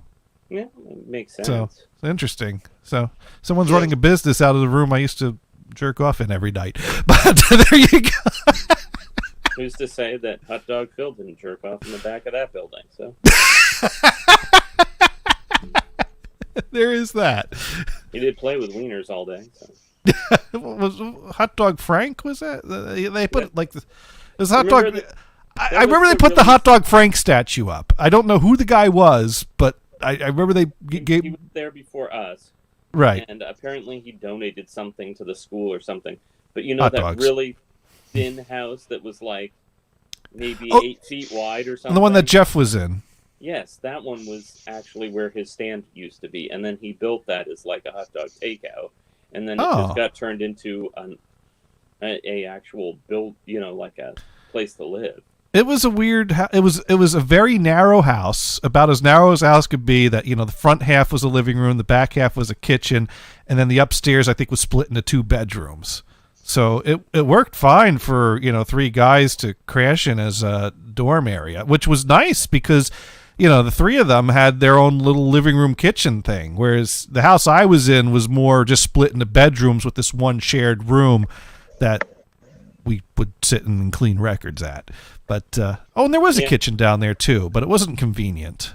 No, and the one that I stayed in actually had a kitchen, but no one used it. So at least they had a washer and dryer in there, and I didn't have to. It was a lot easier, except for the washer. I think the brake on it got really squeaky after a while, and it sounded like a truck with bad brakes every time it ended a cycle. Well, I think clips of that made their way into people's music concrete projects. Yes. I don't know if you used it or Weichsel used it or both of you used it. I think we both used it. It was a distinctive grinding metal sound. Oh, well, I do remember a distinctive grinding metal sound in yours, but I think that was also a desk hinge. That was. Could have been it too. I don't know, Brian. Have you heard Gothard's music concrete project? No. Oh, have we got a treat for you? All right, bring it on. Should we pull this up? Let's take a look here. Let's see. It was only 21 years ago I made it. Wow, yeah, it is. Let's see, symphony orchestra, concert band, Rutgers honor band. No, it was half a lifetime ago. LVC projects do something. Oh, here we go. Yeah, so we had a semester of electronic music. And there's 2 kinds of electronic music, country and western. No, there's exactly. There's a type of electronic music where you generate or synthesize electronic sounds, and there's a type of electronic music where you electronically capture sounds, recording sounds and manipulate the recording sounds. I mean, those are kind of your 2 basic primary ways of using electricity to create music. Record and manipulate or generate sounds. So music concrete would purely be music by assembling and manipulating recorded sounds. So we there was a portable DAT recorder that we were able to sign out for on a schedule to kind of walk around and record different sounds and then dump them into a computer. And I mean, back in the day it was done with razor blades and analog tape where you record things, you play it at different speeds, run it through reverb processors or delays, whatever, slice different things up and splice them together in a certain order and make yourself a tape piece that you could play in a concert hall to a crowd of people staring at a tape machine. What we did was we recorded a bunch of sounds on digital tape, flew it into Pro Tools, and sliced it around virtually and processed it that way. And Gothard came up with a brilliant idea of what if Gators got to be a soloist in my piece. And so he hung out with me, and he wasn't bothered by the fact that I was talking throughout much of his sound gathering activities. I would stop talking when he was capturing a sound, and then I'd chat a little bit more, and he was left with a large archive and bank of me making sounds. Plus, I always perform for a microphone, so I started giving... Put a microphone in front of me, I'll talk. And so I don't know if you ever named this piece, but I named it No Don't Hurt Me. But I don't know what you did you give this piece a title? I don't think I titled it, so that is the title now. Untitled number 1 by Gothard, aka No Don't Hurt Me. And well, what would you like to say about this piece before we play it? As I recall, I captured most of you talking by just literally knocking on your drum, walking in the door, held a microphone, and said nothing the entire time. And I started by giving you a tour of the room. Yes. And then we walked around campus a bit. It was funny. So, all right, here's Untitled number 1, a.k.a. No Don't Hurt Me, by Gothard. I regret not processing your voice more.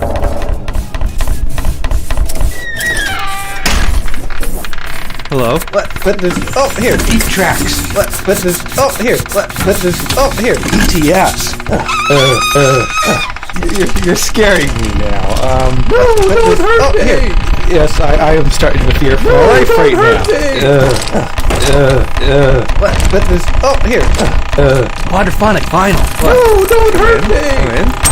Welcome to my quadraphonic vinyl. Wait, there's more. 8 tracks. What this? Oh, here. Look at my vanilla punch poster. ETS. 8 tracks. Scaring me now. Oh, here. What this? Oh, here. ETS. Yes, I am starting to fear for my life right now. You're scaring me now. No, don't hurt me. You're scaring me now. No, don't hurt me. ETS. What this? Oh, here. No, don't hurt me.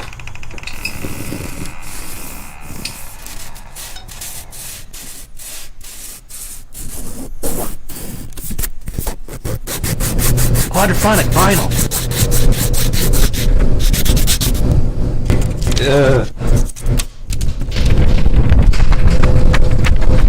What this? Oh, here. 8 tracks. 8 tracks. 8 tracks. 8 tracks. 8 tracks. 8 tracks. 8 tracks. 8 tracks. 8 tracks.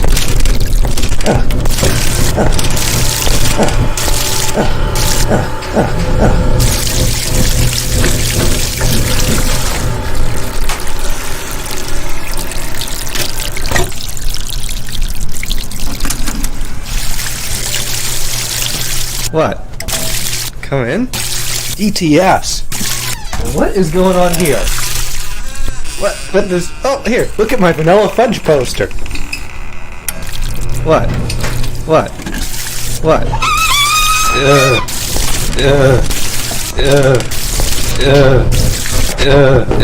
No, don't hurt me.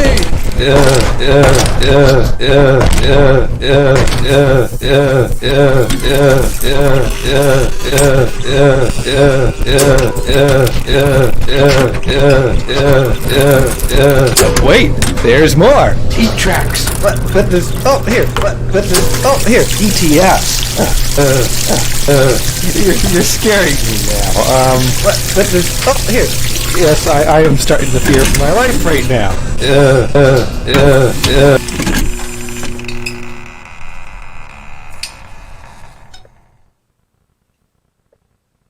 I think you're trying to express in audio form what it's like to go through college with me as a friend.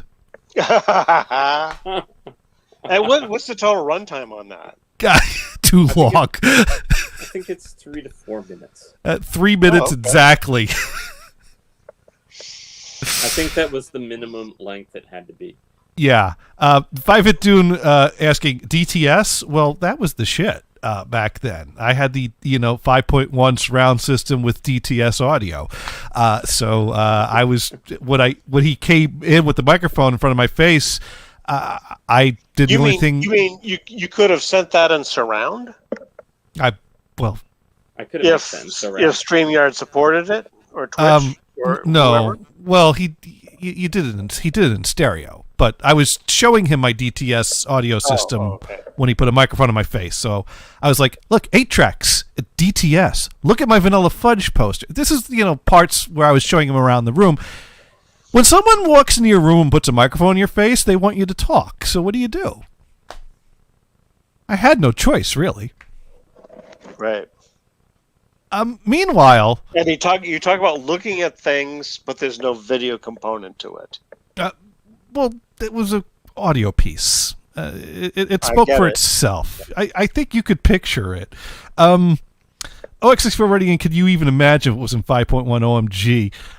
Now, I took a different approach with my project. See, I kind of got jealous because I realized after I did mine, I could have done a little bit better rhythmically with it, and then I was like, it's done. I had too much other stuff to do this week. Literally, that's how I felt about it. I was like, check. It did the job. Thing to keep in mind, after we played that one of the times on our program, like people we were doing the show with, including Venison, asked for copies of that, which means somewhere Venison's family is going through a hard drive of files. And they're going, what the hell is this? So were you graded on that piece? Yes.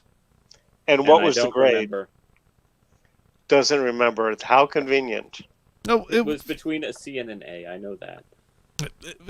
The artistic expression was the more memorable part than the judgment that some douchebag with a mullet passed onto it. So Johnny, yours was better. Is that correct? I don't know if I would say mine was better, but I took a different approach to mine. What was your grade comparison? I don't remember the grade of mine either, but mine was 2 minutes 33 seconds. So if 3 minutes was the minimum, I didn't meet it. But I was a rebel. I thought it was like 2.5 to 5 or something like that. I don't remember. I think you may be right, and I might have done 3 just for good measure. Well, you did that kind of. You were going for an ABA form, having a fast pace followed by slow, followed by fast, to try to follow something that was recognizable as a musical ABA. To justify it. Whereas me, I just did AB because I don't care about form and analysis. But all right, music school, so I was doing all the theory end of it. It didn't mean it had to be good.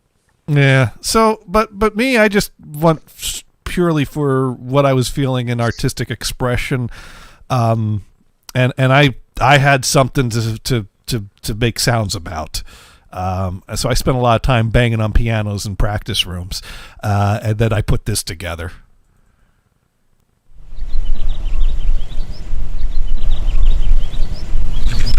It's a Pink Floyd album.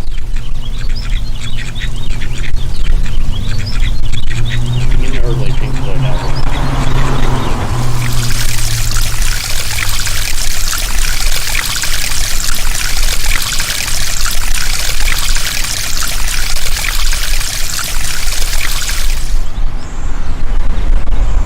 No sense of rhythm whatsoever. The bird keeps the time. Uh-huh.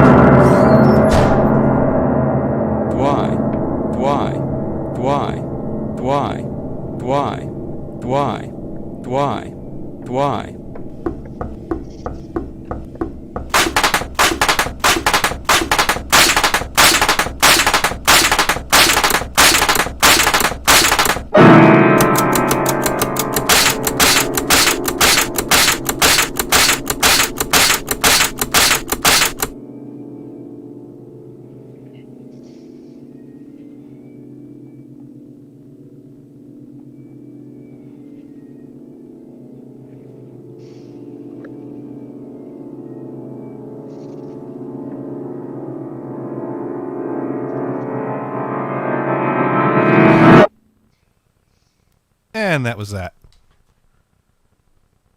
All right. Got a little noisy at the end there. Just a little. Let's see. We're going, ooh, that Paul McCartney, like reverse editing. Yeah, I liked the idea of the reverse piano at the end. I think that was the one thing that Snyder commented on, was that it was kind of like that little surprise that you think it's fading and it's over. And it. Noisy Digirite said, guess there's no risk of copyright infringement. Exactly.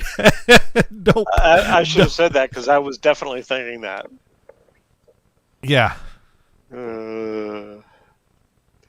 Oh man, your video was. If anyone wants. Oh, if anyone wants to steal it and make it a pop hit out of that, be our guest. Right. I'm waiting for the dance remix version to come out, at some point. Oh yeah. Alex is for writing in. You'd be surprised. I've seen YouTube copyright claims on shortwave digital totes.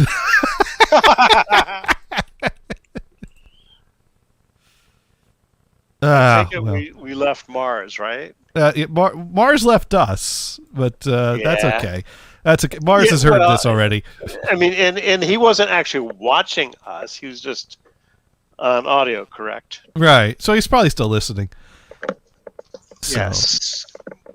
So there. Now I think Oi's biggest objection was that these pieces were made using a portable DAT recorder, so that they were purely digital sound and not recorded analog and pressed to vinyl. Otherwise, Oi probably would have liked them.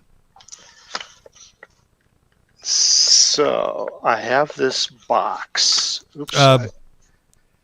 Noisy Digirating, and not to mention bird noises. Birds have copyright lawyers, Exactly. I just found it funny that you were like talking about no rhythm when I put effort into having a very specific, particular rhythm in that first half. I mean, that loop went nonstop to set the pace of that whole thing. That was right. so. But then again, you were about 30 seconds short of the official. Well, I think 2.5 met the minimum. See, I was Mr. Meat Bear minimum, and Garth was Mr. Go in the little bit of the range past bare minimum. So it's like if I do bare minimum, I'm getting a C. If I do beyond it a little bit, I might get a B. So let's do that. I don't even remember what I got though. I didn't care. I so didn't care. My grades are going to be what they were going to be, no matter what I did. Right. Oi writes in, should have been pressed to vinyl. I might buy it. I might do that. I might do that. Maybe. So you got a box, Brian? Unfortunately, it's locked. Oh, we'll have to do it some other time. You don't have a key? Well, I looked at it a couple weeks ago, and I closed it. And apparently the vibration had locked it. Oh. I'll probably have to pick the lock. And it's probably just, like that. And so it won't open. Totally sucks. You're a dumbass. You're a dumbass. I kid. Yeah.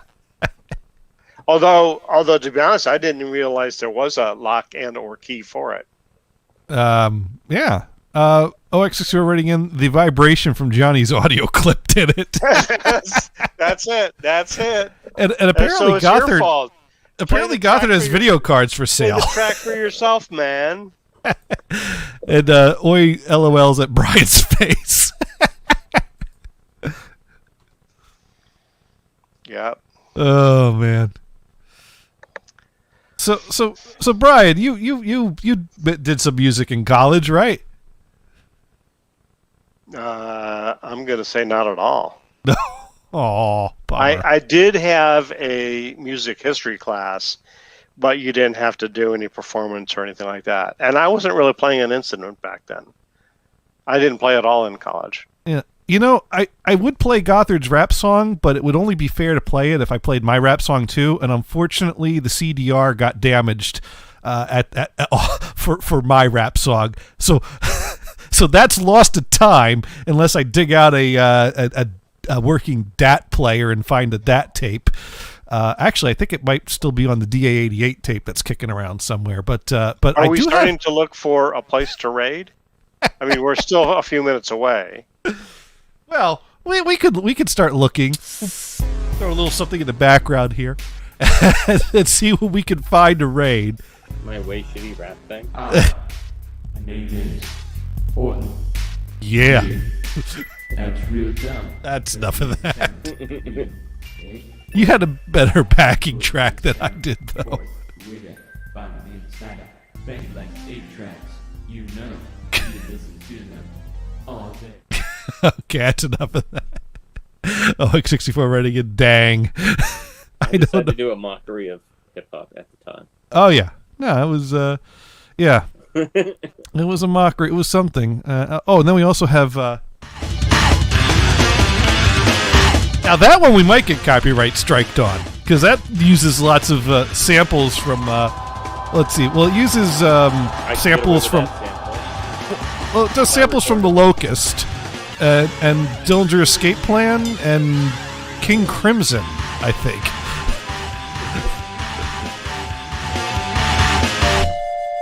And Residents. Fuck is dead. I love the Bach is dead. Ding.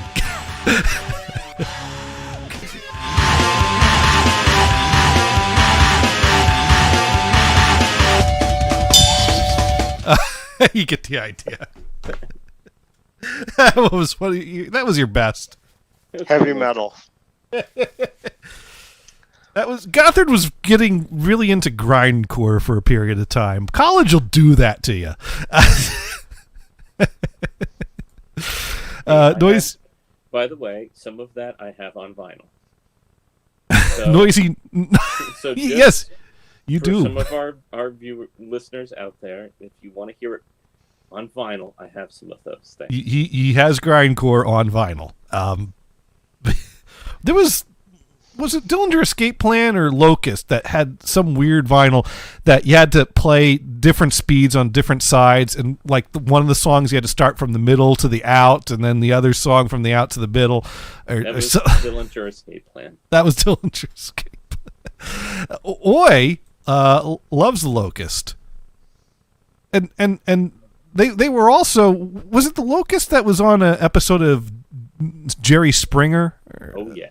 That's the best thing to look up on YouTube. The Locust on Jerry Springer. It's obvious that the band wanted notoriety, so they went on Jerry Springer and made up some crazy bisexual love triangle stuff. While wearing branded merchandise. Exactly. And fake fighting. It was wonderful. Oi, ready again. I have Anal C on vinyl. Well, the couple releases they did on vinyl. Yeah, it's the word that rhymes with runt, but it starts with a C. Right. AC. Also referred to as AC in college a lot because no one dared say the C word. Quality stuff. Yes, I remember those days. Yes. One I of never. these days we have to play grindcore at like quarter speed. No, we don't need to do a quarter speed. I want to play it at 78 speed because the faster we play it, the sooner it's over. Anyways, we do have a raid to do. It looks like Existence 130 is live, and she is always fun to raid. So you are in for a treat if you stick around for that. But once again, this has been another fun-filled edition of Insert title here. And, you know, we try to be very educational here, and I've learned that I should go last. Gothard, what have you learned this week? I have learned many things about many different vehicles this week. And going to shop for a new truck. Ah. Oh, what did you get again? I don't think you said.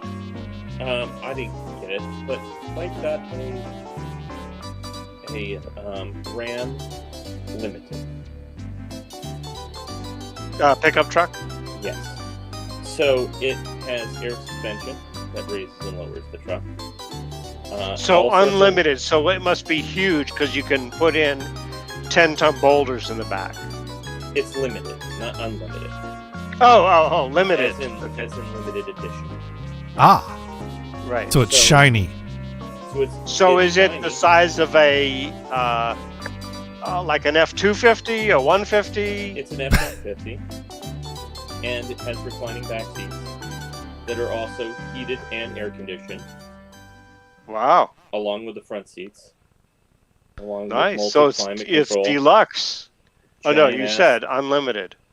Giant ass, sunroof thing, and all sorts of backup camera features, all sorts of sensors. So it's perfect for loaning a guy to get a load of gravel. Jukebox. Perfect. Yes. Yes. Yes, or as a long jukebox. as said gravel goes into a trailer, bed of tows, and then it's fine. But it's a diesel. I like when a guy gets this big Cadillac Escalade pickup truck. Perfect for that load of gravel. There you go. So, Brian, what have you learned this week? I learned that this cool box is locked. Has a key someplace. and next week you'll learn either where the key is or how to pick a lock. The lock. What is that cool box anyway? Well, that was the whole magic. Oh, okay. I'm not going to reveal it. It's a surprise. I could say that it's anything, right? It's a dildo, isn't it?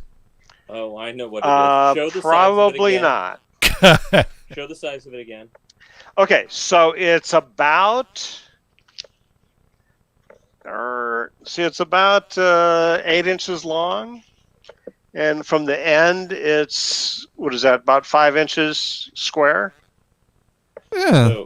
So the back, what do you call it, is gone. This is just like a vinyl covering on it. That would hold a dildo. Does it say Schrodinger on it? You know what? There is no brand on it. Is there any scratching coming from inside the box?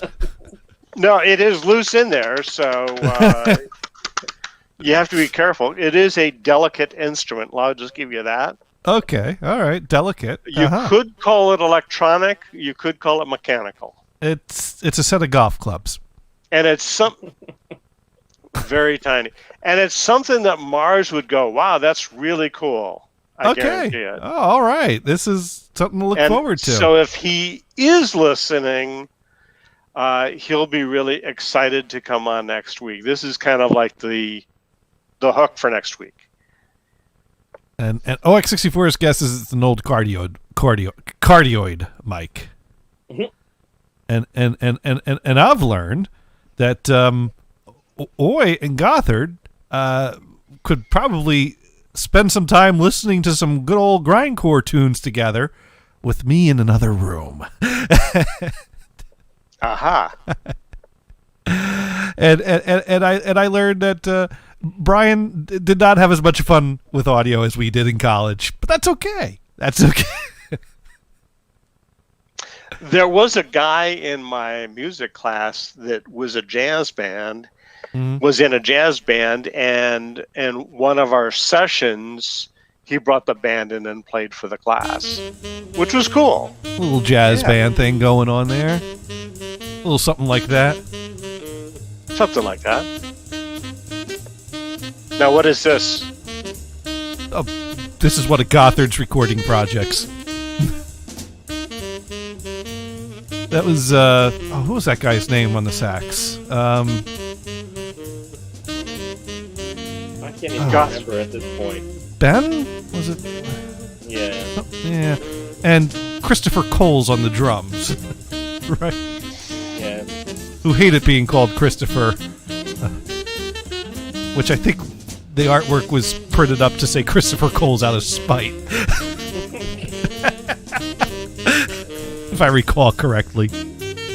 Anyways, we're going to go ahead and we're going to raid Existence 130. So please, I like traditional, like old school jazz recordings where they screw up the person's name.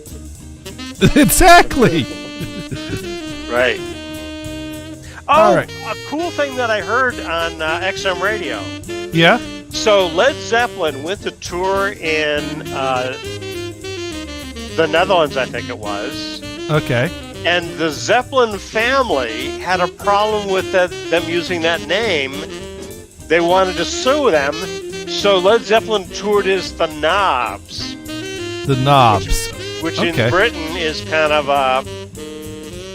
Well, it's an insult to call a person a knob. You know, if someone called me a knob here, I'd probably understand that it was not flattering.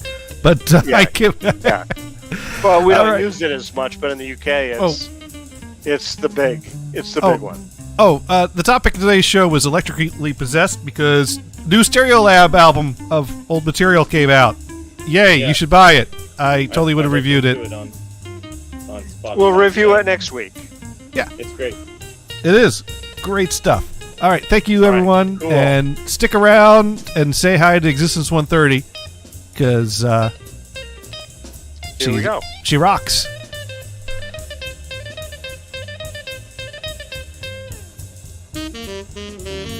That's enough of that.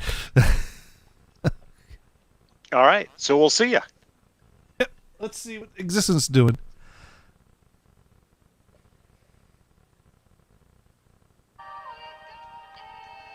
Oh, looks like she's starting something. Oh, yay, there it is. So yeah, I listened to that on the way. Yeah, no, it's a good. It actually had a few tracks I didn't have. They pulled out a few. I had most of it. Well, I kind of thought it was a little cheap to include the entire First of the Microbe Hunters on it when I already considered that an album on its own right. But that didn't get a reissue recently, and that was considered a short album or a mini LP. So okay. So but is it a 2-album set or is it a 1 album? 3 album set. Oh, that's expensive. I'll see if I can find it though. Yeah, but it comes with a if you order it, it also comes with a 24-bit 96K wave download, or you could just do the download. Yeah, well, I found it on Spotify, and that's usually pretty good. Yeah, I forget how much did I pay. They now stream it like basically CD quality, without any compression. Yeah. Or if it is, it's like FLAC compression or something. Well, you know me, or I think I've got most of their albums on vinyl at this point. It was $30 for the 3 LP set plus the 24-bit wave download. And that's worth it. Yeah, I thought that was a good deal for a 3 LP set. So yeah, I will. If I do come down and you need a truck, I will bring Mike's truck